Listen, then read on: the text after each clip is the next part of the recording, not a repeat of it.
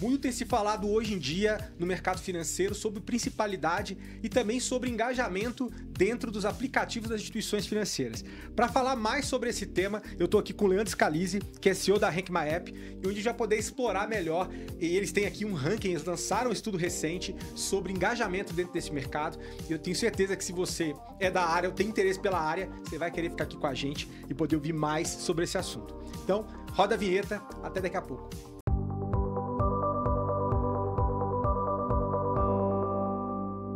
Olá, sejam bem-vindos ao Fintech Talks Podcast. Meu nome é Bruno Diniz e esse é o seu podcast sobre fintechs, inovação financeira e afins. Como eu disse na chamada, hoje a gente vai explorar inclusive o resultado de um relatório interessante aqui que a Rank My App soltou recentemente sobre engajamento dentro dos aplicativos e com algumas informações aí reveladoras sobre como anda esse engajamento. Então, antes de mais nada, Leandro, obrigado aí pela participação aqui no nosso podcast para poder a gente discutir esse tema.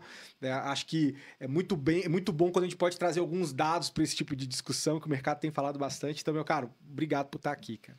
Obrigadão, Bruno. É isso mesmo. A gente olhou os principais aplicativos do Brasil, olhamos dados de mais de 50 milhões de usuários que utilizam esses apps e os reviews que eles colocam para trazer dados e realmente mostrar como que estão os bancos digitais, os tradicionais e as fintechs e quem é que está vencendo de certa forma, né, dentro dos aplicativos. Que legal, cara. Antes da gente começar, né, e assim, a gente poder... Obviamente, antes de falar do relatório, falar um pouco sobre a Rank My App e um pouco dessa jornada de vocês, eu vou aproveitar um momento aqui também para divulgar um lançamento que a gente está fazendo, que é um novo livro, o Brand Tomorrow, que inclusive eu já recebi aqui o Brad King, que é autor, e eu pude contribuir junto com o Paulo Cirone, que também participou aqui do podcast, falando sobre essa temática, e esse livro aborda basicamente, e eu costumo chamar, nas minhas palavras, de ascensão e a queda das agências bancárias. Então, casa também com o tema que a gente está falando aqui, porque a gente está falando de engajamento dentro do app, do que está sendo feito do engajamento digital. Cada vez mais as relações financeiras estão indo para esse lado, tendo para o lado digital e com novas interfaces também, que é um negócio que a gente vai poder falar. Então, fica aqui a minha recomendação, vou deixar o link, o livro está sendo lançado agora no mês de setembro e espero que vocês possam adquirir aqui também no link da Amazon. Está em inglês por enquanto, mas em breve a gente vai traduzir para outras línguas. Vou deixar aqui uma peça de cenário dessa edição. Mas, Leandro, vamos lá, cara. Me conta um pouco da tua carreira antes, cara, da Rank My App. Como é que veio essa ideia de vocês desenvolverem a startup e depois daí a gente parte para relatórios, insights e tudo, cara. Legal, Bruno. Contando a história da Rank My App, dando a foto de 2025, a gente fez 10 anos esse ano. Que legal. A gente tem 600 clientes em 17 países. Somos a terceira maior empresa de marketing para aplicativos do mundo. Olha. E como é que a gente chegou aqui, né? A gente começou em 2015, mas a história ali começa entre 2011 e 2014. Uhum. Eu trabalhei em empresas alemãs, trabalhei 1 ano e 2 meses lá na Alemanha. Depois trabalhei na Rocket Internet aqui no Brasil e numa empresa alemã que eu fazia parte da parte brasileira. E em 2014 eu respondia para o diretor de marketing alemão e ele me falou assim: Leandro, você precisa começar a olhar para o aplicativo, porque a gente tinha um app que era de ofertas geolocalizadas. Uhum. Eu olhei os dados ali no Analytics e falei, olha, desculpa, mas eu não concordo. O app agora é só 10% do nosso tráfego aqui no Brasil. E aí ele falou, cara, aqui na Alemanha já é 80% do nosso tráfego. Caramba. Cara, eu voltei de ônibus aquele dia para casa pensando, acabei de ver o futuro. Isso vai chegar no Brasil, a gente vai sair de 10% para 80% nos próximos 2, 3 anos. E aí comecei a estudar. Isso foi em 15 mesmo ou foi antes? Isso foi em 14. 14, né? Estudei marketing digital para o aplicativo, eu já era diretor de marketing de web, estava aprendendo e vi que não tinha plataforma para olhar os dados do aplicativo no Brasil. E aí veio a ideia da Rank My App. Sim. Em 2015, para tirar a ideia do papel, a gente passou por uma aceleração de empresas que chamava Startup Farm. Farm. Foi muito legal. A gente praticamente nasceu lá dentro, né? Sim. E aí, em 2015, lançamos a Rank My App, foi muito boa a aceleração. Em 2016, a gente queria fazer uma aceleração fora do Brasil. E aí a gente aplicou para 5 maiores dos Estados Unidos e passou em uma, na Alchemist Accelerator. Sim. Foi muito legal, uma das 5 maiores e a melhor B2B. E aí a gente passou lá 6 meses em São Francisco, no Vale do Silício, né? Tem uma história muito legal, a gente ainda estava no bootstrap, estava com capital próprio, então estava tudo muito apertado. E quando a gente foi para lá, o que a gente conseguiu alugar foi uma kitnet de 12 metros quadrados, lá assim no Tenderloin, que é tipo uma... Eu sei, eu conheço. Você conhece? Quantas pessoas, cara, ali? Cara, a gente ficou em 4 fundadores, morando lá, ali dentro da kitnet, e a gente pagava $2.000 por mês. Então, assim, cara, naquela época, né, cara? Naquela época, em 2015. É uma cidade muito cara, e foi um tempo muito bom de aprendizado, né? Foi um perrengue inicial, mas foi muito bom. A gente passou 6 meses na aceleração. Sim. E depois eu fiquei 3 meses lá levantando uma rodada. Aí levantei uma rodada anjo em 2016. Em 2017, um seed. E em 2019, eu levantei um série A. E aí, chegando mais próximo, agora em 2023, a gente vendeu uma unidade de negócio da empresa que tinha mais ou menos 80 pessoas e a gente se tornou lucrativo. Então, foi um marco bem legal. Desde 2023, a gente está lucrativo. Então, está, de certa forma, independente de recursos externos. Não precisa de recursos externos para sobreviver. Isso foi muito bom. E operando globalmente, né? Como você falou, né? Exato. Operando globalmente. São clientes em 17 países. A gente é líder na América Latina com 45% dos top 500 apps. E a gente tem aí México bem forte, tem Peru, Chile, Colômbia, vários outros países. Que legal, cara. Enfim, entraram bem num timing legal para começar a mapear todos esses dados, né? Hoje em dia é essencial para a tomada de decisão enfim, no mundo que a gente vive hoje, que ainda é muito app-centric, aí, quando a gente está falando principalmente de serviços da forma como eles são distribuídos no meio digital, é bastante importante, cara. E aí eu queria entender, cara, assim, até pensando, vocês lançaram aqui o estudo, né, que ele é bastante robusto aí sobre engajamento de apps financeiros. Vocês já fizeram isso setorial em outros setores também que eu já vi. E ele acaba trazendo também um retrato sobre atenção, sobre fidelidade, eventualmente também ali dos consumidores junto aos provedores que a gente tem no mercado. E aí eu queria entender, se você puder explicar um pouquinho como é que funciona essa metodologia de inteligência da Rank My App, né? E que tipo de informação que vocês acabam conseguindo capturar em termos de comportamento real mesmo do uso dos aplicativos, cara. Assim. Legal, Bruno. Então, a gente hoje tem a maior base de dados sobre aplicativos do Brasil. Se fosse comparar, diria que é como se fosse uma Nielsen ou um Ibope aí dos aplicativos. Uhum. A gente monitora todos os apps dentro dos App Stores, pega todos os dados públicos, os rankings, né, o número de downloads estimado ali e também os reviews de todos os aplicativos principais. E aí a gente consegue fazer estimativas, tem algoritmos que a gente desenvolve que fazem estimativas de downloads. Então, se você quer saber os downloads dos concorrentes, a gente tem estimativas de utilização, que a gente tem DAO e MAU, que eu vou explicar um pouco mais para frente, o engajamento, quem é que está usando todo dia esse aplicativo. E a gente também usa AI para analisar os reviews e dizer o que as pessoas mais estão reclamando, o que está sendo positivo também. Sim. E aí a gente traz um panorama aqui hoje sobre os aplicativos de finanças. Né? Que legal, cara. Não, bacana. E no final das contas, vocês pegam esses insights também de clientes de vocês? Como é que funciona também na ponta... Porque tem um nível de aprofundamento desse dado que, eventualmente, até retenção e engajamento, utilização, que eu fico me questionando como é que você faz isso por fora, ou você faz isso por dentro dessa, sei lá, monitorando junto ao cliente que está ali servindo esse aplicativo ao cliente, assim. Quando o cliente ele entra como nosso cliente, ele consegue ver os dados estimados e comparar com os dele também e fazer correlações. Sim. Mas para fazer essas estimativas, a gente usa dados públicos e estimativas de algoritmos que não utilizam os dados privados dos clientes, sim. Até por LGPD, né? Então, claro. A gente desenvolve esses algoritmos com os dados públicos e aí a gente, com todo esse histórico, vai diminuindo a margem de erro ao longo do tempo, né? Boa. E aí, Leandro, falando especificamente sobre os dados do relatório agora, que me chamou muito a atenção, cara, assim, uma das informações foi que os bancos tradicionais, eles estão liderando engajamento, cara, superando até os digitais e outras instituições, mesmo quando, se a gente pensa que a percepção pública talvez é que talvez os bancos incumbentes são mais, instituições incumbentes são mais conservadoras, mais engessadas, assim dizer, né?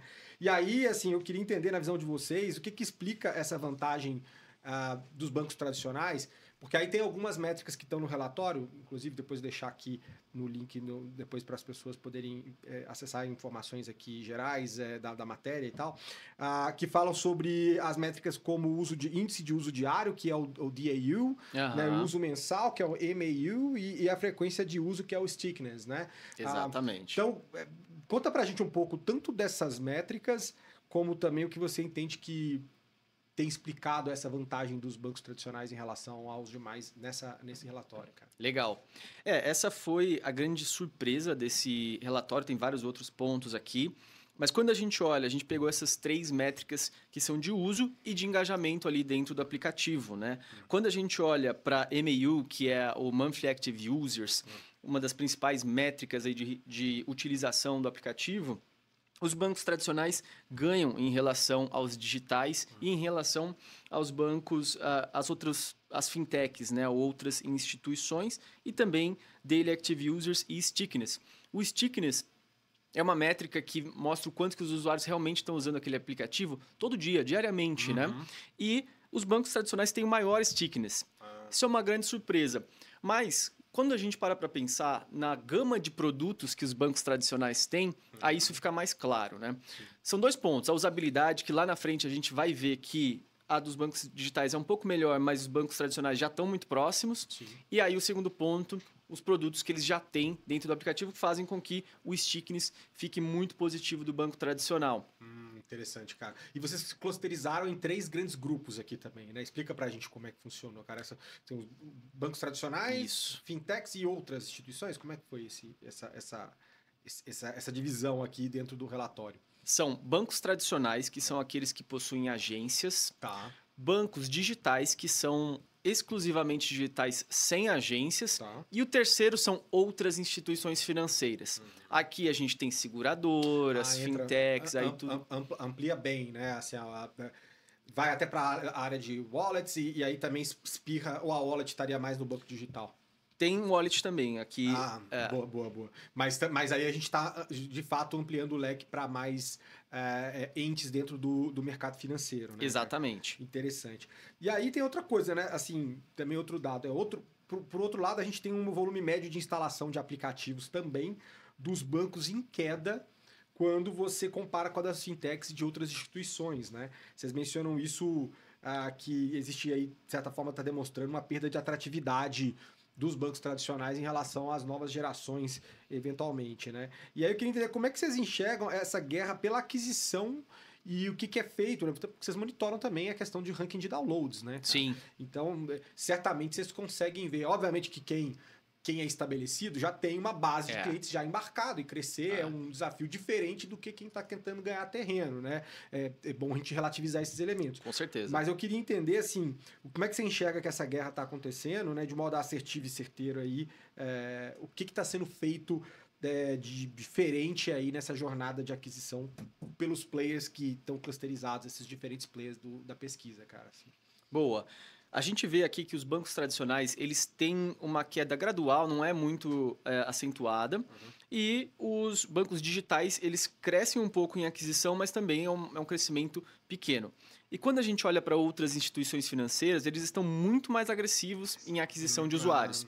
Até aí 3 vezes mais ou menos, do que os bancos em aquisição desses usuários. Né? Então eles estão adquirindo uma base, a gente vê depois que a base de usuários deles é menor, mas a gente também vê que o stickiness deles é menor. Eles estão muito agressivos na aquisição, mas na retenção e na utilização eles estão mais fracos. Quando a gente junta essas 2 métricas, o que a gente consegue tirar de conclusões? Então, os bancos tradicionais não estão agressivos em termos de aquisição, mas eles têm uma oferta muito boa de produto, tem uma oferta muito boa ali de retenção, que retém muitos clientes. Então, eles têm espaço para investir um pouco mais em aquisição. Já os bancos digitais, eles têm uma base menor, precisam investir mais, mas eles precisam diversificar também em engajamento. Eles podem fazer isso melhorando a notificação, engajamento com o usuário, e podem fazer isso com novos produtos também. E é engraçado isso aí, cara, que isso que você está mencionando, eu também vi um outro dado, foi do relatório FinFacts do Google, tá? Que eles mencionaram que eles fizeram testes mesmo de onboarding dentro de diferentes instituições, e uma das coisas que eles pegaram, cara, assim, é um percentual muito alto de os caras conseguem adquirir, você faz um onboarding numa nova conta digital, e o cara e a instituição não dá um segundo passo de oferta para você. Então, assim, quer dizer, às vezes você teve até um custo ali de aquisição, sabe, assim, substancial para você trazer esse cara e depois você não faz nada, né? Então, assim, você acaba não tomando o segundo passo para tentar movimentar isso ou tentar fazer com que o cara utiliza. Como é que você tem visto isso, assim, cara? Porque eu vi que vocês também mencionaram a questão de algumas promoções que são feitas. Existem muitos players também, novos entrantes, que são muito agressivos no Member Get Member, por exemplo, né? Para poder... Ou de uma recompensa financeira para que você consiga trazer novos usuários. Mas se você fizer isso no segundo momento e não souber fazer a retenção, isso também fica pelo meio do caminho, né? É isso mesmo. Assim, tem alguns temas bem importantes no que você falou. Essa aquisição mais agressiva a gente vê muito em outras instituições financeiras, por isso a gente tem esse pico de instalação e depois não tem de retenção. Quando você vai para um modo agressivo de aquisição, né, com cashback, com cupom, você tende a ter sucesso ali na aquisição, mas depois a retenção fica comprometida e isso fica claro aqui nos dados. Então, nas instituições financeiras, outras instituições, é importante olhar para isso, é importante investir talvez um pouco menos nessa aquisição desenfreada e um pouco mais em produto e em soluções, né? Sim. E nesse ponto de produto, o aplicativo ele pode ser um canal muito bom de cross-sell. Né? E até para quem não é cliente ou vai ser um cliente novo, tem um case muito legal que a gente tem de uma seguradora que é cliente nossa, e a gente foi fazer uma análise bem parecida com essa aqui, só que para ela especificamente, e a gente viu o quê?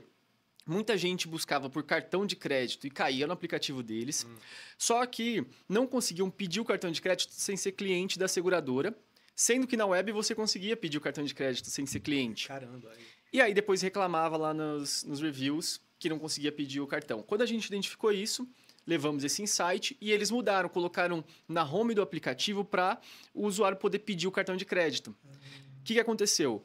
A home do app virou o maior gerador de pedidos de cartão de crédito para essa seguradora, mais do que mídia ou qualquer coisa. Então, já tinha um potencial ali de cross-sell, que eles não estavam aproveitando, ou até de adquirir um cliente para o cartão de crédito ali, e eles não estavam aproveitando.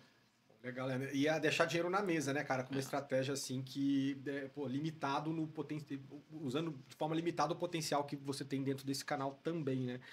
E aí vocês também mostram que usabilidade, confiança e amplitude de serviços acabam sendo mais determinantes, eventualmente, para a fidelização do que alguma ação pontual, como é o caso de cashback, promoção, que, na verdade, a gente entende o afã, e talvez isso era algo que a gente viu muito, cara. Se a gente voltar aí uns 8 anos para trás, que a gente tinha um movimento muito agressivo mesmo de aquisição de usuários, mas até por mudanças de mercado, até mesmo até as próprias teses dos VCs hoje não priorizam tanto essa escala a qualquer preço, né? A gente viu esse mercado se alterando muito. Mas eu queria entender quais dimensões de usabilidade que estão mais correlacionadas a essa retenção, cara. E o tipo de erro que talvez, eventualmente, as fintechs e esses outros players que não são fintechs, eles acabam cometendo, seja na jornada de onboarding ou do engajamento recorrente, assim. Legal. Para isso, a gente olhou todos os reviews desses aplicativos. Então, são milhões de reviews que são as avaliações que os usuários deixam alguma coisa escrita ali realmente. A gente processa isso com AI e mostra o que está positivo e o que está negativo em cada um deles. E aí tem um panorama aqui bem extenso. Tem alguns pontos interessantes que a gente vê, né? A usabilidade dos aplicativos, ela está muito positiva para os bancos digitais, ela fica com 4.51 e os bancos tradicionais estão próximos, 4,38. As fintechs ficam com 3,05 de usabilidade, é bem inferior. E aí, por exemplo, onde que os bancos tradicionais ganham muito? No atendimento. Customer Service fica aqui com 3,41. Você vê que já não é uma nota alta, mas os outros são mais baixos. Bancos digitais 2,64 no atendimento e fintechs 1,92. Então, assim, tem pontos aqui que todos têm uma nota baixa. Então, o que muitas vezes uma pessoa pode fazer dentro ali de um banco, de uma fintech? Olhar aqui o que todo mundo tem baixo e tentar se diferenciar, oferecer alguma coisa melhor, né? Aqui, por exemplo, em cartões, todo mundo peca um pouco, em investimento, os bancos tradicionais estão na frente, mas todo mundo peca um pouco. Então, isso pode servir para olhar, ver onde é um ponto fraco do setor como um todo, diversificar, fazer algo diferente, ter uma boa nota e aí usar isso, por exemplo, numa campanha, porque aí, ao invés de você falar sobre cashback, sobre o cupom, você fala sobre o diferencial do seu aplicativo e aí realmente o usuário vai cair lá dentro e vai ter esse diferencial e vai deixar uma nota positiva, né? Mas é interessante, a gente está falando, obviamente, de médias aqui do segmento, isso aqui é muito interessante a gente olhar, que a gente sempre tem o ponto fora da curva de cada um desses segmentos que você citou, né? Mas o mais interessante é essa análise para poder entender onde tem gap, onde dá para melhorar e muita coisa dá para ser feita, né? E citando até também, cruzando um pouco com outro relatório lá que eu falei do FinFacts, da Google, eles também mencionaram, por exemplo, que poucos players ali dos entrevistados tinham busca semântica dentro do app. Então, assim, se você digita qualquer coisa errada, você não vai encontrar aquilo que você precisa encontrar dentro do aplicativo. Então, assim, hoje em dia, ainda mais com tanto investimento e esforço em tecnologias de inteligência artificial para conseguir ter uma compreensão de sintaxe, de fazer uma busca baseada em significado, semântica. A gente vê que ainda tem player falhando nisso e o cliente ele não consegue encontrar um caminho dentro da casa do cara, entendeu? Dentro do app. E isso é bem limitante também, né, cara? É um fator complicado.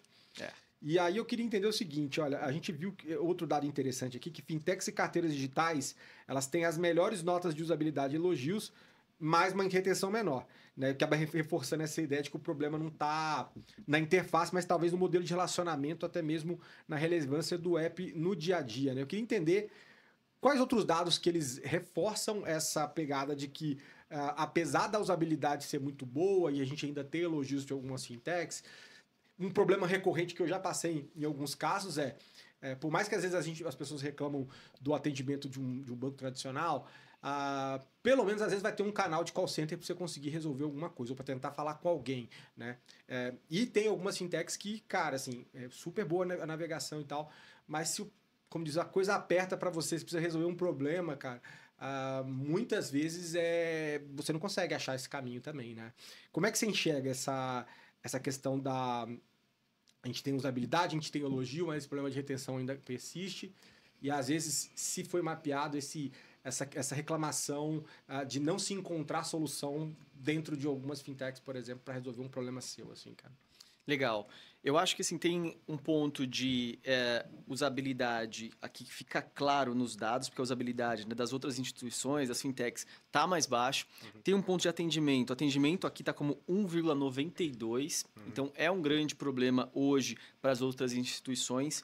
E outro que dá para ver muito claramente são pontos de produto. Quando a gente fala de cartão, quando a gente fala de investimento, quando a gente fala de produtos adicionais ali que uma fintech pode oferecer, eles estão com notas muito baixas. Então, ou não tem um produto disponível, muitas vezes você usa um aplicativo e ele está com uma utilização só, um ponto específico, e ele poderia oferecer outros produtos. Aí a gente pode falar de, por exemplo, ter um marketplace de produtos, que ele traz produtos de fora do aplicativo. Exato, né? A gente ia chegar nisso também, né? Então, assim, as fintechs precisam ter também diversificação, né?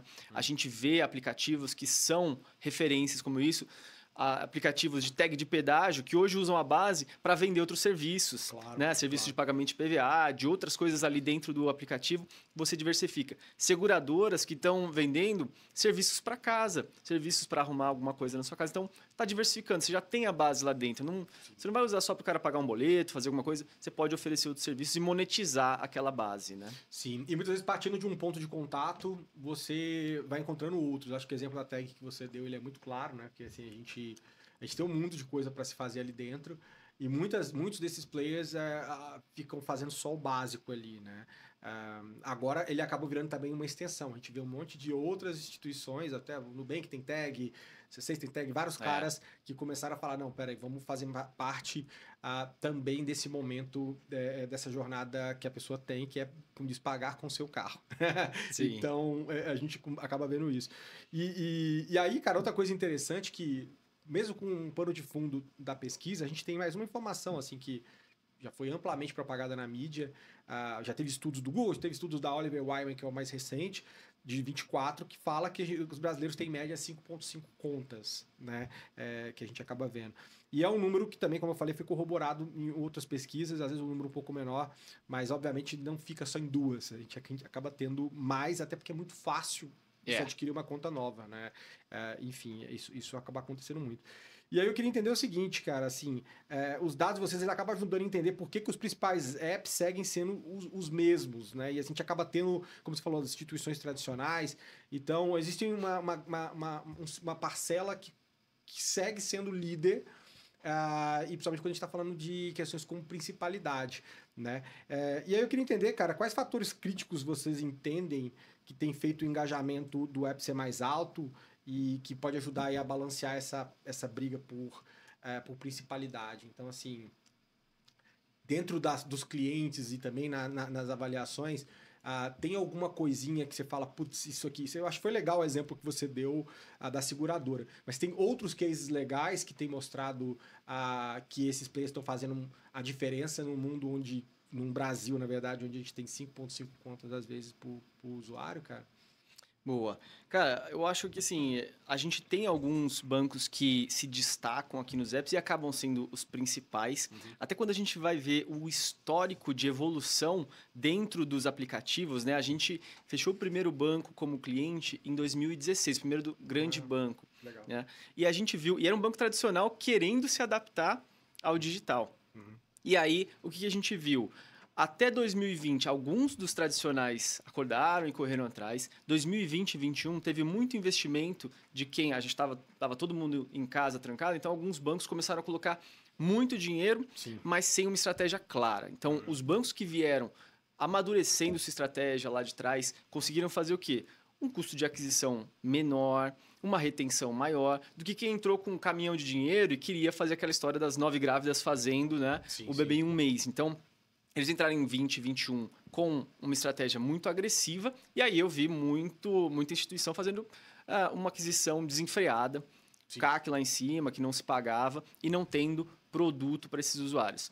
Aí, o que a gente vê hoje? A gente já vê uma maturidade muito maior. A gente já vê que quem ficou investindo é quem já estava há mais tempo e tem uma base que está ali com uma boa retenção. Hoje está falando de amadurecer cada vez mais os seus produtos, oferecer uma visão adicional do que o cliente quer lá dentro.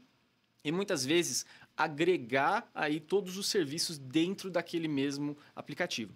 Então hoje a gente tem 5,5 contas, mas pode haver uma consolidação à medida que os maiores vão tendo mais serviços lá dentro e muitas vezes vão, né, então, centralizando a vida desse usuário em um lugar só. Tem muitos que falam disso, eu quero que o meu usuário faça tudo aqui dentro do meu aplicativo, sim, e que ele não saia para ir para um outro app, para o concorrente. Né? E é interessante, a gente viu algumas fases, assim, cara, se a gente para ver anteriormente, a gente tinha a app, tinha um momento que o relacionamento digital era todo no desktop, né, nos internet bankings das instituições. Aí o aplicativo mobile começou a entrar um pouco na vida desses players, mas a experiência também não era de excelência. Tinha muito daquela fricção onde você tinha que, meio do caminho no app, e o meio caminho você tinha que ir num caixa eletrônico para resolver um problema. Exato. Né? Então também teve esse momento. Aí a gente viu a abertura de fintechs para fintechs ali, somente em 2013, com as IPs, com as instituições de pagamento. Foi que o Nubank surgiu, vários outros. E isso já começou a abrir um gap em relação à experiência que esses novos caras ofereciam e que os tradicionais tinham. Aí ficou gritante, né? Mas de 2013, aí caminhando até 2020, como você falou, a gente teve uma equalização dessas forças, né? E somando a tudo isso, a gente teve também muita injeção de grana, somente dos fundos de Venture Capital, tentando entender quem vai ser o próximo Nubank ou quem vai ser o próximo grande banco digital. E teve muito dinheiro colocado nesses novos cavalos aqui. E a gente acabou... E depois, obviamente, com pós-pandemia e 21, essa tese meio que já tinha os seus cavalos, começou a se especializar mais. Então, a gente viu, eventualmente, algum cara fazendo coisas setoriais para médicos, sei lá, caminhoneiros, alguns públicos. Obviamente, não só o produto financeiro comoditizado, mas mais coisas. E agora a gente chega numa onda de que, depois de tudo isso, tem um monte de conta aí, muita competição, e o consumidor precisa lidar com tudo isso, e as instituições já entenderam que, cara, eu quero estar mais tempo na vida do meu cliente. Né? E aí começaram a tanto utilizar tecnologias recentes, a gente tem a questão do Open Finance, por exemplo, você pode consolidar informações, você pode... de uma tela só, comandar as suas a iniciação de pagamento com outras instituições e pegar o dado das outras e colocar num lugar só. E por fim, a gente teve uma abertura do que a gente tem chamado no mercado de Beyond Banking, que é exatamente você poder colocar e embedar experiências que vão além da experiência bancária, marketplace, como você bem citou ali no começo, e outras soluções que dê uma robustez e que dê mais ponto de contato no dia a dia do consumidor, né? Vocês também têm visto, de certa forma, cara, no mapeamento de vocês, conseguirem metrificar a instituição que tem ou não tem uma iniciativa de Beyond Banking como um marketplace, que eventualmente pode estar fazendo com que o consumidor, o cliente fique mais tempo lá, ou não? Você tem visto isso, cara? Como é que foi? Sim, sim. A gente tem um ponto desse. Eu vou chegar nesse assunto aqui. Quando você estava falando sobre toda essa evolução, eu lembrei de um caso muito legal. Em 2016, quando a gente conquistou um dos cinco maiores bancos do Brasil como cliente, estava tendo toda essa transição para aplicativos. E eu lembro que como é que esse cara virou cliente nosso? A gente estava num coworking e mandaram lá um e-mail dizendo que o CMO desse banco ia lá conhecer 10 startups e a gente ia ter 10 minutos para apresentar. Preparei uma apresentação de vendas, me cadastrei lá e ia apresentar para ele. No dia anterior, cara, eu estava assistindo um jogo de futebol, apareceu a propaganda desse banco, dizendo que em 2016, baixe o nosso aplicativo, abra sua conta, faça investimento pelo app.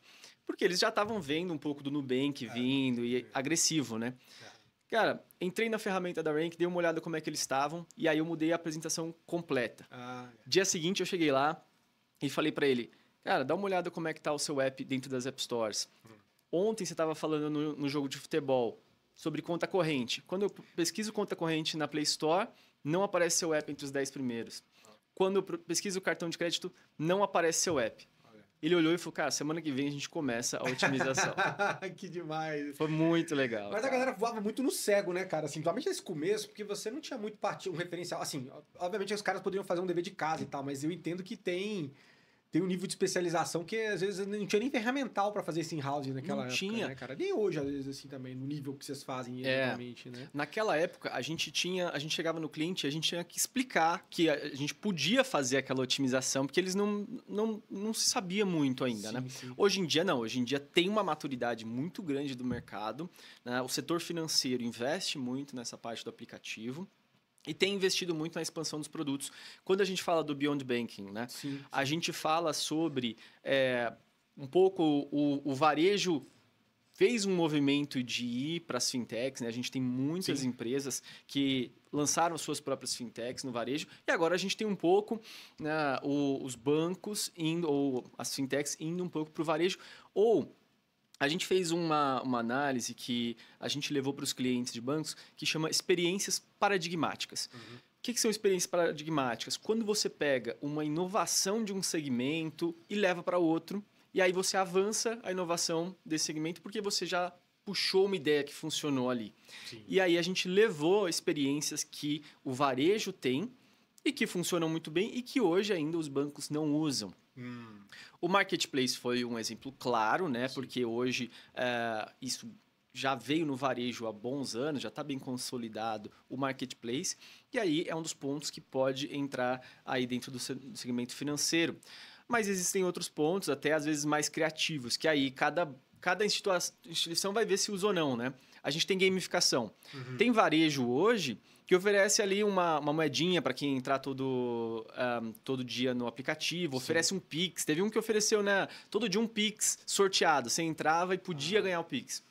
O que ele está fazendo ali? Ele está reengajando o usuário para que ele volta no aplicativo, vê algum produto e compra. Então, assim, isso pode ser usado também aí num aplicativo de finanças. Então, esses são exemplos. É importante, muitas vezes, analisar todo esse cenário de outro segmento e entender o que cabe ou não, né? Aí cada um vai saber dizer. Como as estratégias de Beyond Bank, elas são muito diversas, cara, assim, a minha dúvida é de fato em que medida que, eventualmente, vocês conseguem capturar essa utilização de estratégias diferentes e se isso está mexendo o ponteiro. Assim. Eu sei que uma série de bancos tradicionais engajaram com isso. Assim, se a gente parar para pensar, e aí um cara que ficou mais digital, que é o Inter, né? Lá atrás, ele que puxou muito do marketplace e inspirou, inclusive, em várias conversas que eu tive com outras instituições, o Inter Shop ali deles inspirou muitos players. Mas aí você começa a ver coisas diferentes. Aí você vê, por exemplo, e falando com o pessoal lá do Banco do Brasil, eles falaram que, cara, assim, às vezes o cara prefere comprar pela Amazon dentro do aplicativo do banco, porque ele tem cashback, porque ele sente que ele tem uma camada a mais de segurança até. Então você começa a aliar a percepção em relação a fazer isso através do ambiente da instituição, entendendo que esse ambiente é seguro, porque no final das contas o banco transfere também... Segurança é um dos grandes ativos que os bancos vendem e você acaba se sentindo mais seguro numa jornada, né? Como outras diversas jornadas que a gente tem, jornada de compra de passagem aérea, então acho que tem o caso até a XP embedou essa possibilidade de você fazer compra de passagens e hospedagem no aplicativo.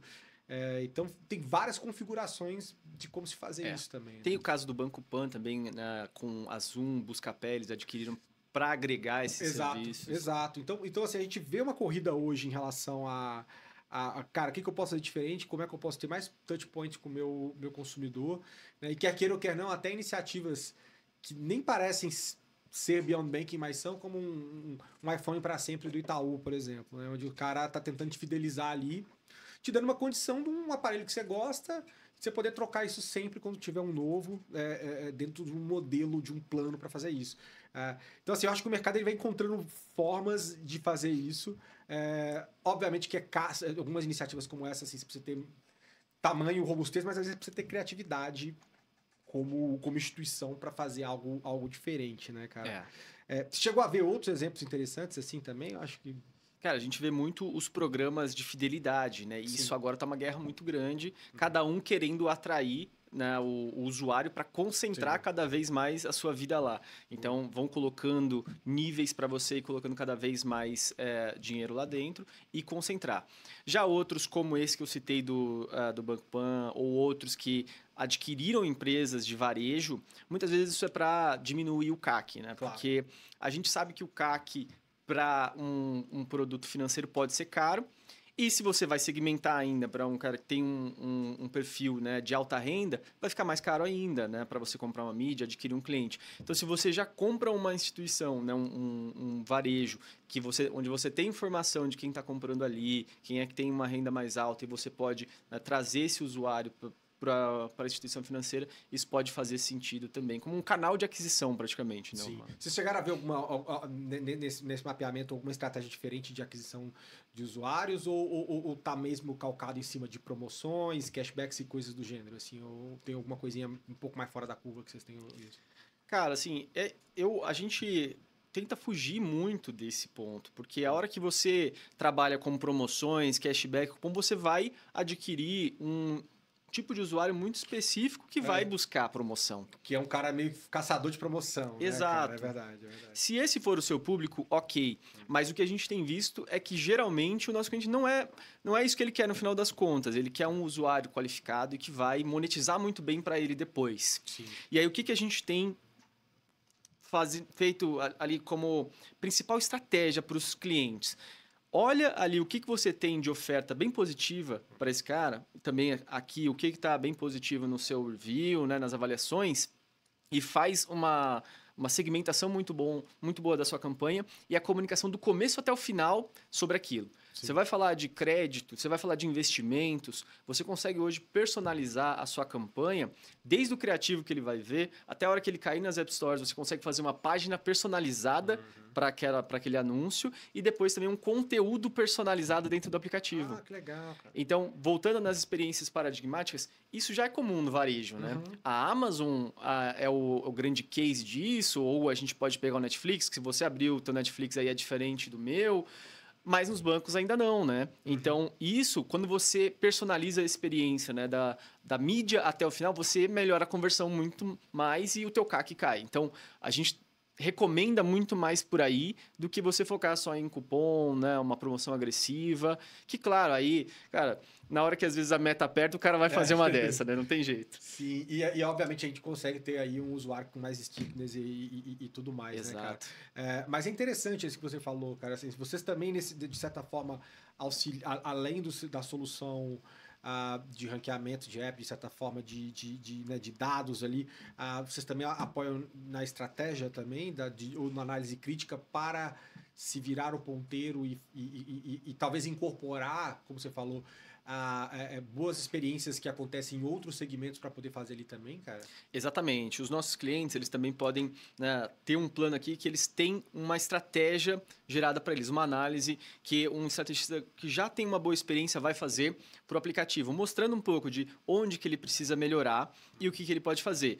Inclusive, né, a gente trouxe aqui um panorama geral dos bancos, mas o que a gente faz? A gente faz análises específicas por aplicativo e aí a gente pega aquele aplicativo e compara com os concorrentes e faz essa análise. Faz análise de como que está o uso daquele app versus os concorrentes, como é que está a retenção e como é que está aqui, por exemplo, a categorização dos reviews, especificamente para ele definir a estratégia específica. Sim, sim. Inclusive, no final, Bruno, se você me permitir, eu vou até sortear aí sortear não, vou separar 5 análises dessas para dar para alguns ouvintes aí do teu podcast. Legal, cara. Vamos fazer esse movimento. Legal, quem ficar aí vai saber. Vai ser legal. E aí, mas interessante isso que você deu um exemplo ali também, cara, da estratégia utilizada no varejo, dessa personalização ali para o cara chegar até o anúncio, até a plataforma.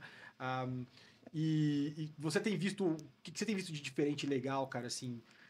E aí, falando um pouco da Rank em outros setores. Vamos sair um pouco do setor financeiro, fazer um recorte, daqui a pouco a gente retorna. Mas como que o mercado... Quais outros mercados você utiliza como referência em termos de engajamento em app, cara? Porque daqui a pouco também a gente vai falar da era pós-app, tá?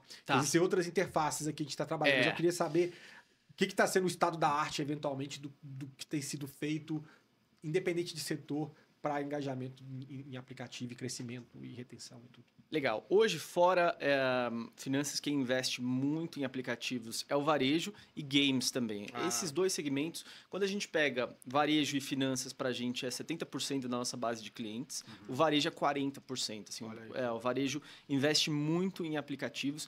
Por que o varejo investe, né? Porque ali você consegue ter o dobro da retenção de um usuário que está só na sua web.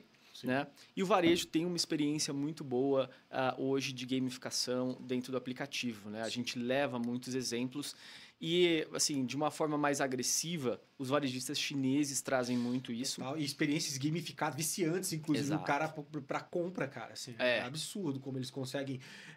Às vezes, já caiu várias vezes em vários canais para mim, assim, inclusive para oferta para ganhar produtos de graça. Só para poder te fisgar na aquisição, né? Exatamente. Aí ele está invertendo o CAC ali para te dar de presente, né? Em vez dele investir muito caro numa campanha, ele te dá alguma coisa para diminuir ali a fricção de você baixar e comprar. E aí vários varejos aqui na região já estão copiando, né, isso. E essas coisas podem ser copiadas também para as fintechs. Quem começou muito essa parte de gamificação, e eu acho que quando a gente fala de estado da arte, em termos de engajamento, retenção, gamificação, são os games nos aplicativos, né? Sim. Ali, cara, aí cada game geralmente tem uma equipe muito grande só olhando para isso. Então, assim, por exemplo, os games, geralmente, a gente faz uma análise de quanto um usuário vai gerar de LTV, que é o Lifetime Value, o valor que ele vai gerar para aquele game na vida inteira daquele game. E eles geralmente querem saber isso em um dia. No primeiro dia que o usuário baixou e começou a usar o game, ele já estima. Esse usuário, provavelmente, ele vai me gerar R$10 ou ele vai me gerar 20 ou ele vai me gerar 50. Se ele é um usuário que vai me gerar 50 ou 100, o game ele tende a não mostrar anúncio para esse usuário. Ele tende a mostrar o quê? Os adquiríveis, né? Você pode comprar alguma coisa lá dentro. As compras em game, né? Dentro, exato. Né? Sim. Agora, se ele olha e fala assim, cara, esse usuário ele não vai comprar nada aqui dentro, ele vai mostrar anúncio e vai rentabilizar menos esse usuário, mas ele já sabe que provavelmente ele não vai conseguir vender nada para esse usuário. Sim. Então, ele já tem toda essa inteligência logo no começo. Aí a gente tem visto também outros como o varejo e finanças começando a entrar nessa parte de fazer o LTV, fazer o LTV e o cohort para olhar por canal também de mídia. Olha, eu investi aqui. Esse usuário vai me retornar? Porque, claro, você investe no usuário, ele vai se pagar muitas vezes em um ano, né? Sim, claro. E aí, quando você vai para alguns setores, é como você falou, isso aí é super objetivo até por ciclo de vida de produto, tipo de game, né? Então, assim, o cara tem que fazer isso muito metrificado para poder... E quando a gente está falando de game também, ele tem um um ciclo de vida, né, cara? Assim, ele tá hypado, daqui a pouco não tá mais. Os caras têm que jogar outro, botar outro para substituir. Talvez como desenvolvedor, como software house, como game house ali, o cara vai estar sempre tendo que rotacionar isso. É diferente de uma instituição financeira, que se espera que, obviamente, componente financeiro é algo que tem uma frequência, né? E aí, cara, eu queria puxar para você uma outra parada, que é o lance que a gente tem visto agora, e a gente abordou aqui no podcast algumas vezes, que são as experiências conversacionais, né? Então, o que a gente está tendo agora, né? A gente já recebeu aqui no podcast o pessoal da Meg, recebeu o pessoal do Jota, e o pessoal da Selvia também. E qual que é o grande barato que eles fazem? Assim? Cara, eles já desenvolveram a solução deles pensando, não vou desenvolver um app, vou desenvolver. E aí, no caso, eles estão se apoiando em mensageria. Assim, eles não têm a plataforma app, mas estão a plataforma, muitos deles escolheram o WhatsApp para fazer isso. E toda a inteligência artificial embarcada para que você consiga pagar as coisas, tudo num contatinho ali do WhatsApp, ele conversa, ele pede para fazer, a conta não tem um lugar da conta, mas tem um saldo se você pedir para esse aplicativo, e muda completamente a lógica de como você interage. Né? Como é que você tem visto isso, cara, esse teste nesse momento pós-app, onde o app era muito certo como interface? Hoje existem alternativas e o mercado está explorando, e às vezes não em detrimento do app. Acho que o Nubank também tem uma experiência assim, que é meio... Ela tem a experiência do app, mas se o cara quiser usar algo conversacional, ele consegue. Como é que você tem visto isso, cara? E como é que vocês estão enxergando essa tendência, alterando essa análise referente a engajamento, que é o que vocês fazem, assim, via app, né? Obviamente. Legal, Bruno. Eu gosto desse assunto. É um assunto polêmico. Né? Eu gosto de assuntos polêmicos. E a nossa visão é assim, o usuário ele é um só. Então, a experiência que o banco dá para esse usuário tem que ser uma só em todos os canais, né? Mas eu escuto esse ponto de, assim, os apps vão morrer desde 2016. Quando eu fui levantar o anjo, eles me mandavam um artigo que era justamente os apps vão morrer por conta dos chatbots, né? Na época, a Meta, o Facebook da época, estava investindo muito nos chatbots. E, claro, né? Os chatbots chegaram, agora com LLMs, né, avançaram muito e são um canal muito positivo para o usuário que ele quer ali conversar por meio do WhatsApp, que é muito comum aqui no Brasil, por exemplo, né? E que na China com o WeChat é outra... É outro tipo de plataforma, né? Mas tudo bem, a gente tem entrado... Mas vamos lá, que eu quero entender melhor seu raciocínio. Boa, porque eu vi o podcast da Meg quando eles vieram aqui, quando ele veio aqui conversar com você, né? Falar sobre esse ponto do Appless. A Meg veio com esse pitch na parte de mídia deles e atraiu muita atenção. Mas eu vi muito também que a Meg, o que ele trouxe aqui é que o foco não era ser Appless, né? E sim dar uma experiência muito boa para o usuário, completa para a vida financeira dele. E mês passado eles anunciaram que vão lançar um aplicativo. Sim. Então, assim...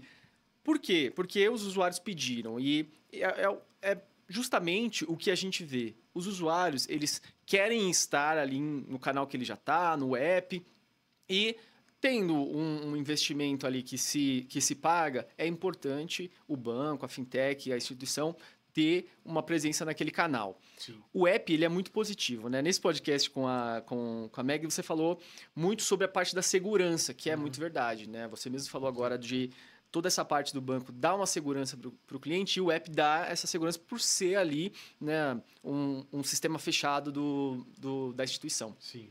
Só que tem outros pontos positivos de ter um aplicativo. O custo de aquisição é menor, geralmente 3 vezes menor do que na web.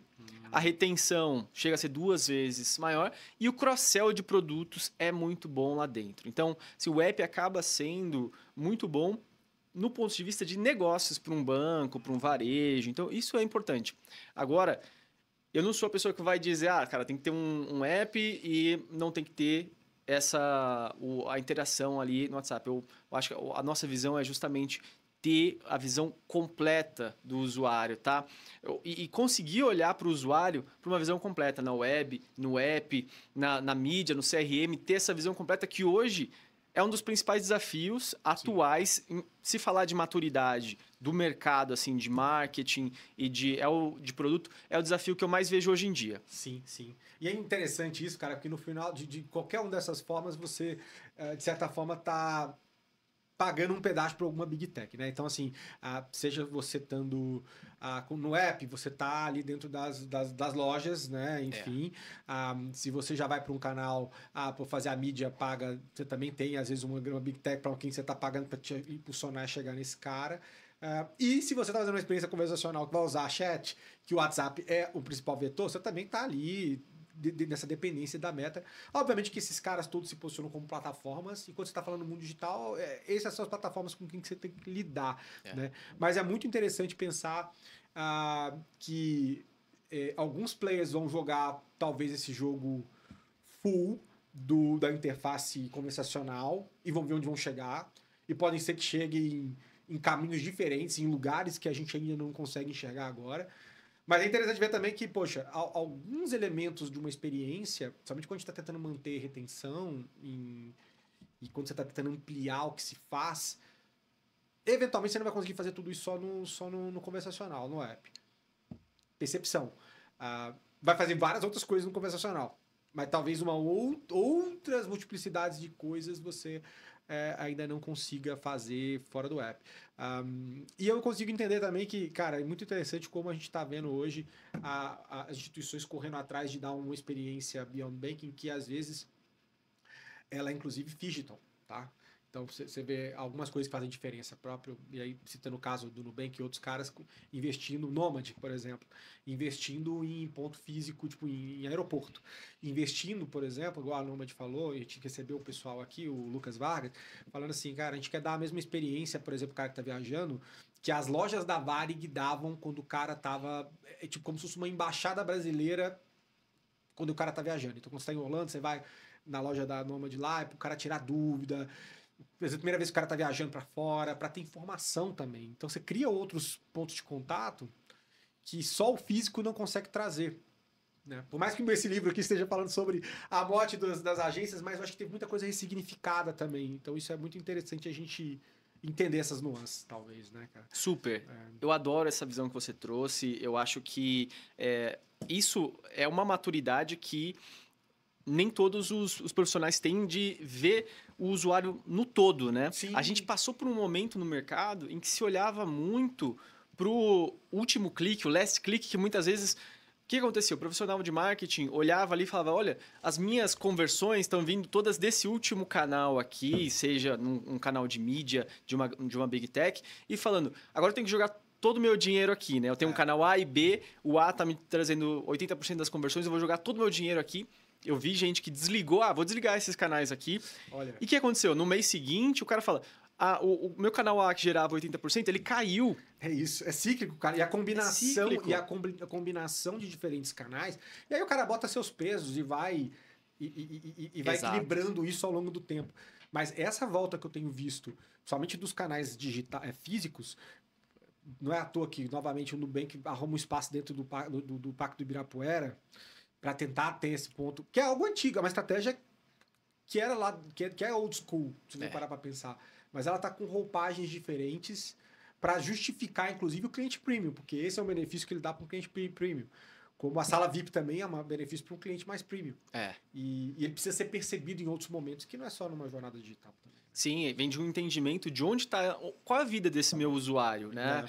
O Bruno, ele não está só, né, no aplicativo ou no celular. Você pega o seu carro, escuta uma rádio, você viaja, está no aeroporto, você está no Ibirapuera. Então, vem de um entendimento disso, né? Claro que não dá para só copiar uma estratégia dessas e achar que vai funcionar. Assim, é um entendimento claro ali de esse usuário que eu estou buscando, então eu vou estar ali presente numa ação física. E a gente tem olhado muito mais para isso e expandido para fora de apps para trazer uma visão omnicanal. Porque hoje o que a gente vê é isso, não dá mais para trazer só a visão de aplicativos para o diretor de marketing, e não dá mais para trazer o silo, né? Uma parte olha para o app, outra parte olha ali para o físico, outra parte olha para o web, e depois a gente junta tudo. Isso não funciona mais. O cara tem que ter uma visão global e tem que entender o usuário em toda a jornada dele para ele fazer o melhor investimento, ter as melhores campanhas, né? A gente tem entrado muito nisso e trazido todos os dados do usuário, não só dentro de aplicativos. Essa é a nossa expansão. Que legal, cara. Eu acho um próximo passo muito importante para vocês, mas eu achei muito interessante que você falou que, assim,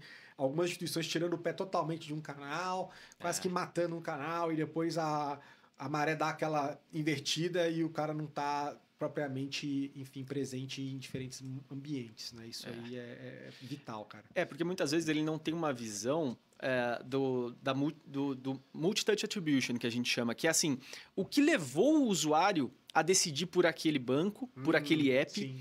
porque aí tem vários pontos que muitas vezes estão contribuindo para ele baixar e que você não está vendo porque você está olhando só para um last click. Existem aí algumas metodologias que a gente aplica para ver, olha, esse canal ele não gera uma conversão, mas ele gera uma assistência para lá na frente o cara realmente buscar na Play Store e baixar e realmente... Então, dá para você ver isso. Mas se você está olhando só para a última conversão, você vai só ver, olha, esse canal aqui está me gerando muitas conversões, mas se você desliga o que está gerando a intenção, aí acaba o seu fundo de funil, né? E aí você acaba cortando aquele canal de acesso que você tinha com o perfil de cliente. Exato. Parte do conhecimento que você tem do seu consumidor. Claro que, obviamente, também tem uma questão orçamentária, que você tem que saber onde você põe, onde você tira mais. Mas aí que tá a beleza. A gente tem hoje, eu entendo que, pela multiplicidade de alternativas no mercado financeiro, a gente tem uma multiplicidade, inclusive, de perfis de quem adere a certas instituições. Tem aquele perfil mais padrão que acaba permeando diferentes players. Mas não à toa a gente tem um NGCash da vida hoje, que lida com um público específico de geração Z, nova geração, e que eventualmente traz aqui elementos que fazem mais sentido para as jornadas que uma pessoa mais jovem passe, né? Mas o mercado tem se transformado. Esse é um ponto que, quando a gente falou um pouco lá da maturidade, a gente tem visto muito nos nossos clientes mais recentemente, né? Antes era um pouco de, eu quero adquirir clientes, eu quero volume, eu quero uma agressividade, mar aberto, vamos para cima. E hoje em dia, a gente vê o cliente chegando muito mais direcionado, falando, é isso que eu quero. Eu quero o usuário que investe nesse tipo de produto, que vai investir X, eu quero focar nisso. E aí o outro me vem com uma estratégia totalmente diferente para entender realmente como ele vai se posicionar e explorando pontos que às vezes não tinham sido tão explorados antes. Então, ele consegue ali, muitas vezes, não ter uma concorrência tão grande, né? Sim, e mais alinhado a um discurso amplo e mais especialização traz esse benefício. Obviamente, quando a gente está falando de grandes corporações financeiras, que aí elas criam segmentações e tudo mais, mas para muitas fintechs que estão jogando esse jogo, não tem outro caminho a não ser, cara, ser muito nichado e especializado naquilo que faz, que aí você tem um uníssono de discurso, de onde você está presente e quem que você vai acabar atraindo nesse seu caminhar, né? O mercado acaba levando isso. Mas, meu cara, a gente está caminhando perto do final aqui, e eu queria entender um pouco para você, fechando, a gente tem ali muitas... novos elementos que foram adicionados no mercado que estão ajudando a transformar. São blocos diferentes que trazem novos coloridos para o que a gente pode fazer. A gente tem o próprio Open Finance que eu mencionei, que mexe com essa questão também de interface, de você estar em um lugar e poder reunir tudo num lugar só, né? A gente tem aí também o próprio Pix que deu uma mexida com isso, abriu, porque no final das contas tinha muita fintech que eu ouvia que as pessoas não vou abrir conta lá porque senão vou ficar ilhado. O custo de TED é alto. E aí você está interoperado dentro do Pix, fez uma diferença do caramba, assim. E a generativa e tudo mais, assim. Eu queria entender, cara, o que você espera que, com tudo isso, né, sendo colocado junto aí como peça para mudar o ambiente competitivo. O que você espera que mude no comportamento do usuário dos apps financeiros? Para onde você está vendo esse comportamento indo, né? E o que pode emergir, talvez, como um novo diferencial competitivo e que, talvez agora, como a gente acabou de falar, ser digital só não basta, né? O cara tem que ter uma combinação disso. Eu queria entender um pouco. Cara, o que a gente tem visto de principal diferencial competitivo é o uso dos dados e a centralização desses dados como um todo. A gente já passou um pouco aqui por esse assunto falando da omnicanalidade, mas isso vai um pouco além para a gente olhar também os dados quando a gente fala de olhar desde a aquisição, e a aquisição a gente tem a parte orgânica, que é a parte que o usuário já busca o seu aplicativo ali dentro das App Stores, tem a parte paga, e aí depois ele cai dentro do seu app, você tem que olhar toda a jornada dentro do seu aplicativo e depois a retenção dele ao longo do tempo, né? Tem muita gente já olhando para o LTV, como eu aumento o LTV desse usuário ao longo do tempo. Só que o que eu tenho mais ouvido os profissionais de marketing, os diretores de marketing falar nos últimos 2 anos? A gente fez uma pesquisa que a gente vem repetindo desde 2023, com mais de 150 diretores de marketing. O que eles mais falam é que o principal problema deles hoje é a centralização e o grande volume de dados, e ele não conseguia analisar tudo isso. Ah, sim, claro. Então, assim, o cara abre uma plataforma, vê um dado específico, abre outra, abre 5, 6, 7, 8 plataformas e um volume de dados muito grande. Então, assim, com o AI hoje a gente consegue melhorar toda a análise de dados, mas também tem um desafio que é centralizar e ter todos esses dados num lugar só do usuário. E aí você começar a criar as correlações com o AI. E aí você começar a entender o seu usuário. Para quê? Para você oferecer o melhor produto para ele, para você personalizar o seu aplicativo para ele, personalizar a jornada, para você entender o melhor grupo de usuários e começar a melhorar a sua campanha por meio disso. Esse eu acho que é o desafio de 2025 dos principais grandes bancos, dos principais grandes líderes de marketing, né? Sim. E quem conseguir oferecer a melhor experiência em termos de produto, personalização ali para o usuário, né? Porque hoje já tem umas bases muito grandes de usuários, mas eu acho que aí está o desafio. Usar todos esses dados para personalizar a experiência para o usuário e realmente levar um produto e personalização para o usuário do aplicativo, né? E esse aí é outro mantra que a gente vê do mercado. A gente já falou de principalidade aqui e muito se fala também de hiperpersonalização. Então, como que isso está conseguindo ser feito na prática? Hoje a gente tem mais insumo, mais ferramenta para fazer isso do que jamais se teve, né? Antigamente ali, o nível de personalização que chegava era meio que um segredo da Coca-Cola ali de cada um, mas hoje em dia a coisa massificou um pouco mais.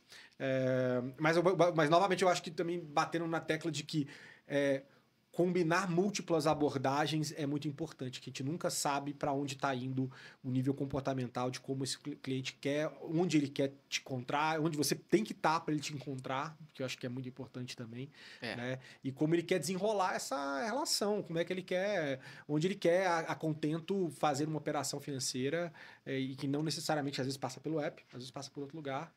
Enfim, isso temos muitas configurações disso possíveis e que a gente vai ver nos próximos anos como o mercado vai lidar e vai ser interessante. Com certeza. Meu cara, a gente chega no final, queria agradecer muito aí tua presença, mas eu abro sempre esse momento para considerações finais, pode ser um institucional ou uma síntese daquilo que você veio falar aqui com a gente hoje, cara. Fica à vontade. Fazendo uma síntese, aproveitando o que a gente já estava falando em relação a dados, a gente falou muito sobre isso. Um ponto também, você falou agora sobre a personalização, né? E estar onde o usuário quer. E também eu me lembrei bastante de falar assim, uma coisa que tem sido muito positiva que eu tenho visto dos grandes, dos principais players, é a aproximação de produto e marketing.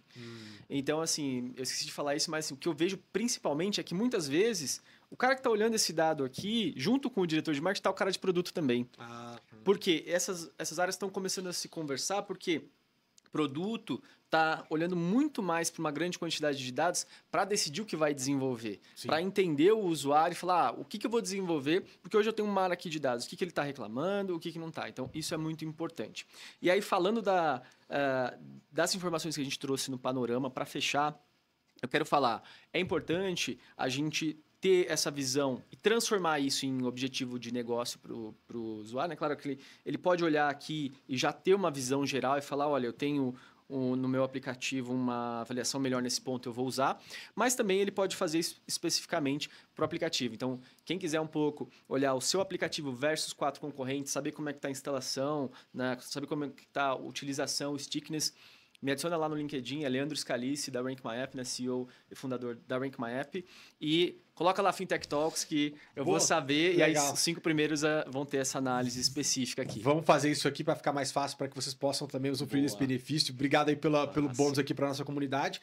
Leandro, mais uma vez, muito obrigado pela participação. Bruno. E você que nos viu até agora, espero que tenha gostado do episódio. Não se esquece de seguir a gente, caso não siga, de deixar like no episódio também. E, como eu falei aqui do livro, além daqui das recomendações que a gente viu do Leandro, não se esquece, o livro está saindo agora em setembro, em inglês inicialmente, mas em breve também traduzido em outras línguas. Forte abraço e até a próxima.